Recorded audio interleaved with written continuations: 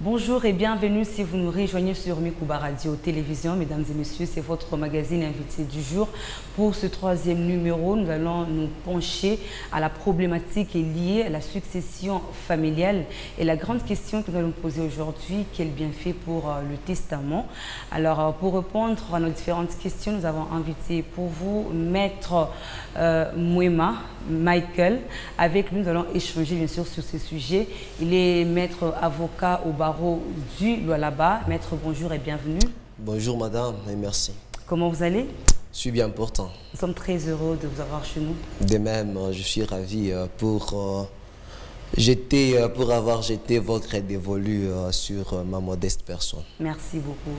Alors, comme je venais à peine d'annoncer qu'on va échanger sur la succession familiale, mais nous allons nous pencher beaucoup plus sur le testament. Quel bienfait pour le testament? Mais avant de parler en détail sur le testament, nous aimerions savoir qu'est-ce que nous pouvons comprendre par le concept testament.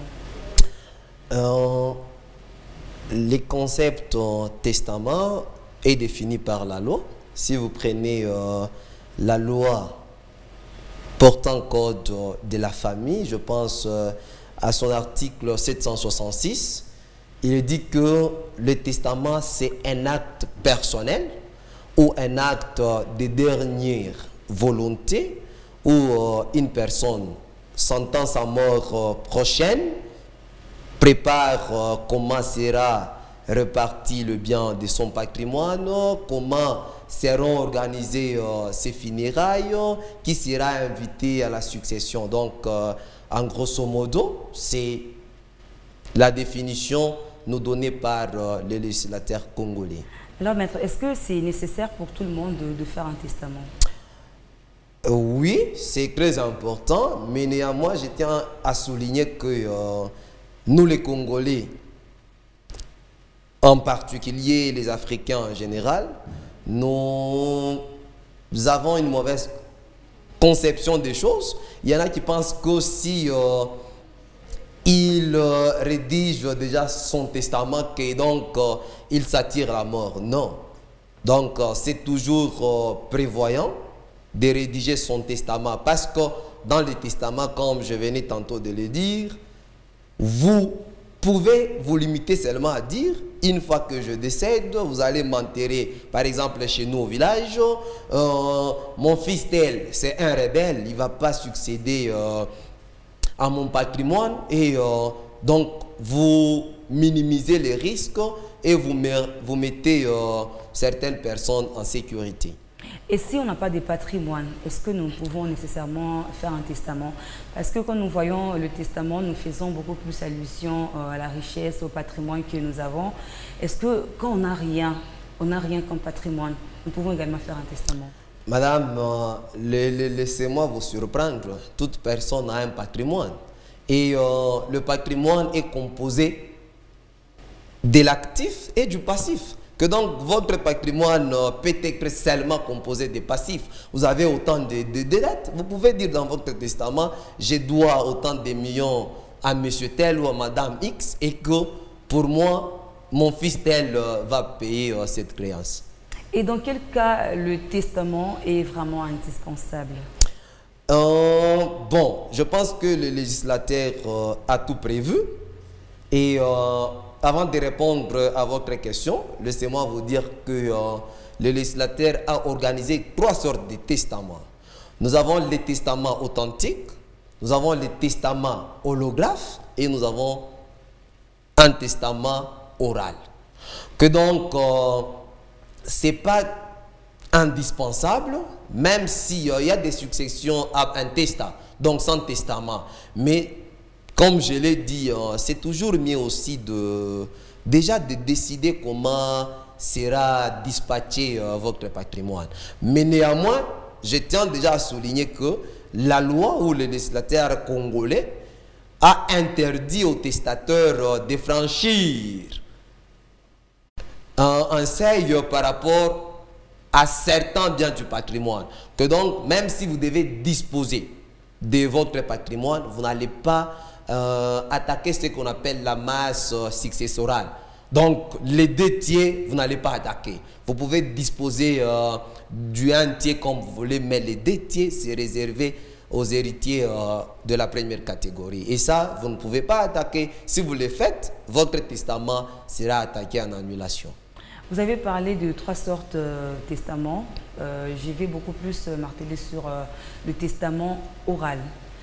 Que prévoit la loi quand il n'y a pas écrit, quand il n'y a rien, il y a juste quelqu'un qui, peut-être je suis là, je vais mourir, ou bien je suis déjà morte, mais je parlais à une personne par rapport à la répartition de mes biens. Il n'y a rien qui est écrit, pas des preuves. Que prévoit la loi par rapport au testament oral? Merci. Je pense, si vous prenez l'article 771 de la loi portant code de la famille, il est dit, une personne peut sentir sa mort très proche et qu'il n'a pas la faculté de pouvoir écrire. S'il doit rédiger ou faire un testament oral, la loi voudrait assez que ça se fasse en présence de 2 personnes majeures. Donc, parmi les conditions, ça doit se passer devant 2 témoins majeurs.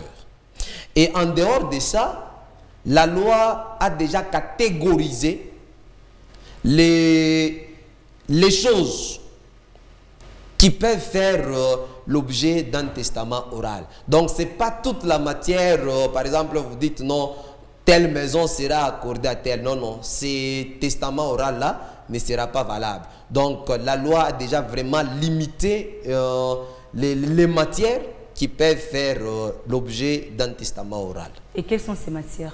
Permettez-moi que je vous lise l'article 771 parce que j'ai la loi. Il dit ceci, par exemple, formuler des prescriptions relatives aux funérailles.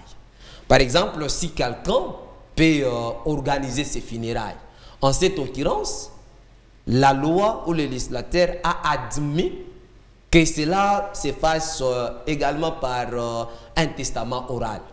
Ça, c'est la première option.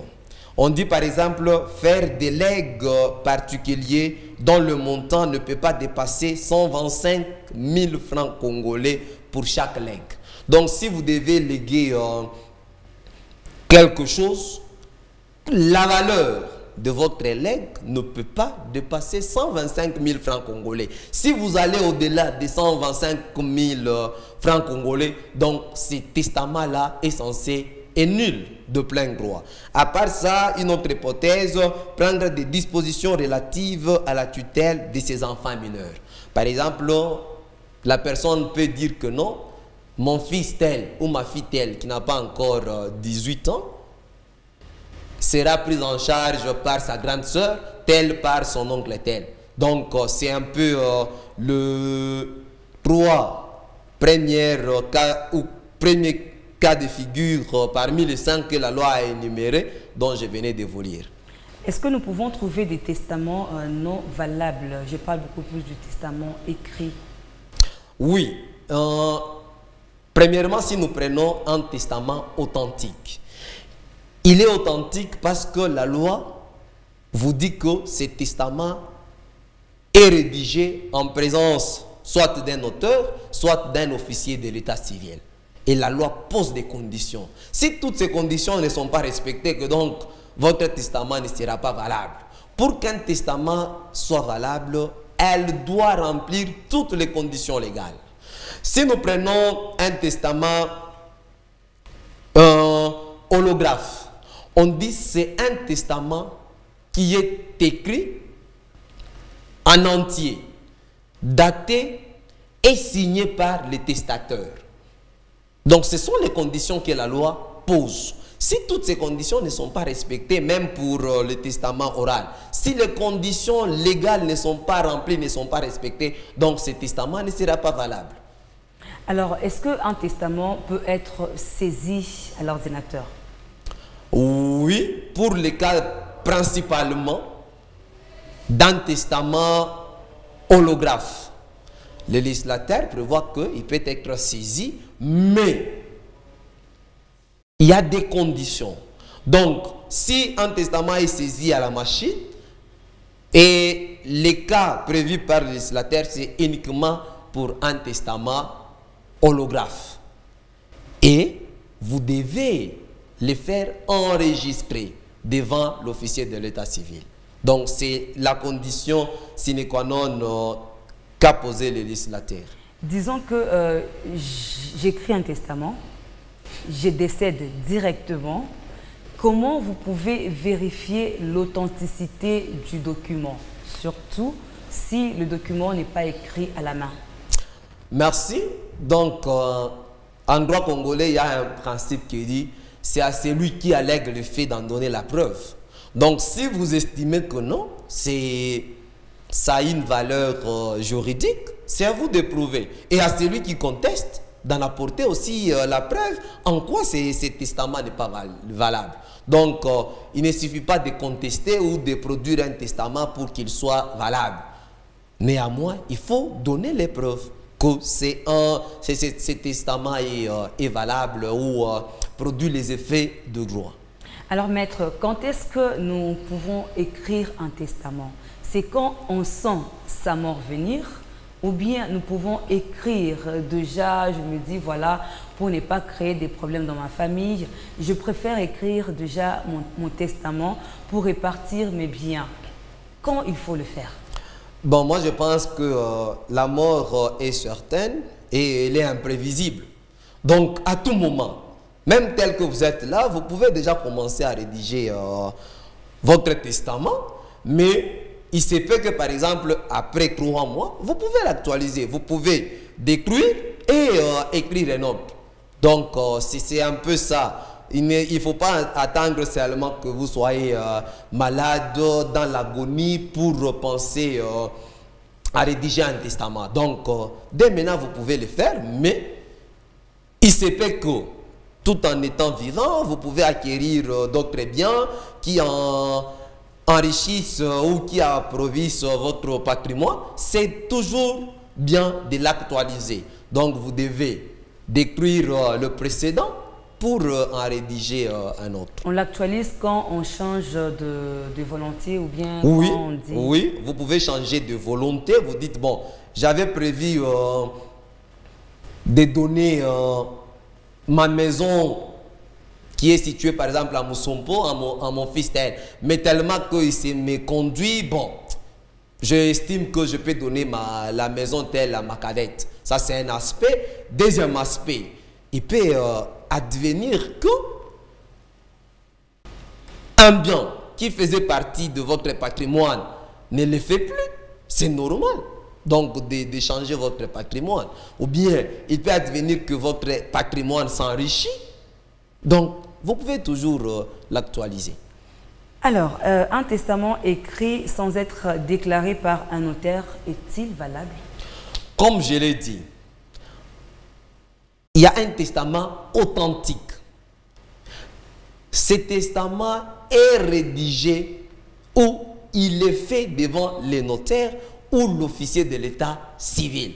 Donc, si c'est un testament authentique, c'est ça la procédure à suivre.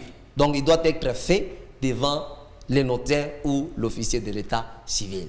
Mais un testament holographe, donc en d'autres termes, c'est un testament sous sang privé. Si vous allez dans le droit français, dans le droit belge, et parlent d'un testament sous sang privé. Mais nous parlons d'un testament holographe. Donc les conditions, c'est il est écrit en entier, daté et signé de la main du testateur. C'est ça, ce sont là les conditions. Donc, vous ne pouvez pas prendre un testament holographe et vouloir aller le faire notarier. Non, non. Donc, comme c'est un testament prévu par le législateur, donc il est valable s'il respecte toutes les conditions prévues par la loi. Alors, maître, quand il n'y a pas de testament, il n'y a ni testament oral, vous avez dit qu'il faut la présence de 2 témoins majeurs. Il n'y a pas de testament oral, il n'y a pas de testament écrit et que le concerné ou bien le responsable mourrait. Que prévoit la loi par rapport à la répartition de l'héritage? Merci. Je l'ai dit, il y a ce qu'on appelle la succession ab intestat. Donc, c'est une succession sans testament. Donc, la loi, tout a déjà tout organisé. Donc ça signifie pour le praticien et pour les justiciables, si papa est décédé sans laisser un testament, donc vous devez procéder par la désignation d'un liquidateur. Vous allez désigner un liquidateur. Le liquidateur a ses missions. Qui désigne? Donc vous devez vous réunir en conseil de famille. En famille. En famille. Et la loi voudrait assez que les liquidateurs soient désignés parmi les héritiers de la première catégorie. Si parmi les héritiers de la première catégorie, il n'y a que des mineurs ou personne ne fait l'unanimité, c'est au sein du conseil de famille que vous pouvez vous dire non, nous portons notre dévolution sur telle personne. Après ça, vous allez notarier votre PV de conseil de famille parce que le conseil de famille est toujours sanctionné par un PV. Et après ça, la loi déjà a organisé pour telle catégorie de patrimoine, vous devez saisir le tribunal de paix ou le tribunal de grande instance. Et si par exemple à la succession il y a des mineurs, donc là vous avez l'obligation de saisir le tribunal pour que le liquidateur soit confirmé par un jugement. Et s'il est confirmé, celui-là va maintenant organiser la succession. Donc il doit identifier le bien qui entre dans le patrimoine du découyus ou du défunt.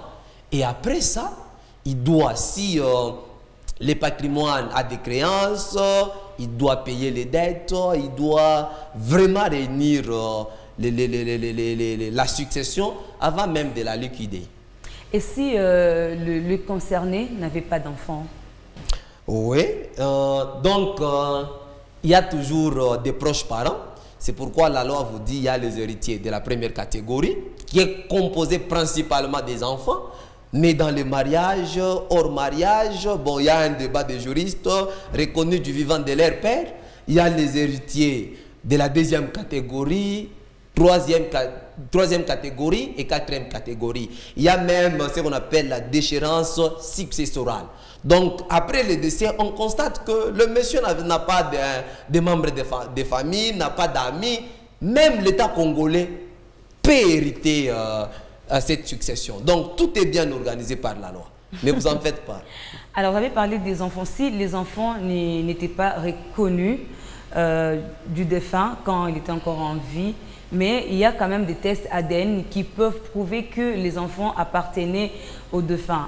Qu'est-ce que la loi? Est-ce que la loi prévoit quelque chose par rapport à cette question? Oui, comme je l'ai dit ou je le disais tantôt, c'est à celui qui allègue les faits d'en donner la preuve. Si moi j'estime que c'est elle qui est mon papa, s'il lui refuse, il y a ce qu'on appelle en droit la recherche de la paternité. Donc tous les moyens légaux sont mis en place pour la reconnaissance de la paternité, parce que la maternité ne pose pas problème. Que donc les tests ADN, les groupes sanguins, bon, chez nous la technologie tarde encore à évoluer, mais tout le moyen, même les témoins, même les sœurs de la maman peuvent témoigner que non, évidemment quand ils côtoyaient notre sœur, elle était tombée enceinte et c'est de la relation que naît cet enfant. Donc ne vous en faites pas pour ça, la loi a déjà tout prévu. La loi a déjà tout prévu. Maître, merci d'avoir répondu à nos différentes questions. Et nous sommes arrivés à la fin de ce numéro, chers téléspectateurs et auditeurs de Mikouba. Nous vous disons merci et on se prend rendez-vous déjà très prochainement et au revoir.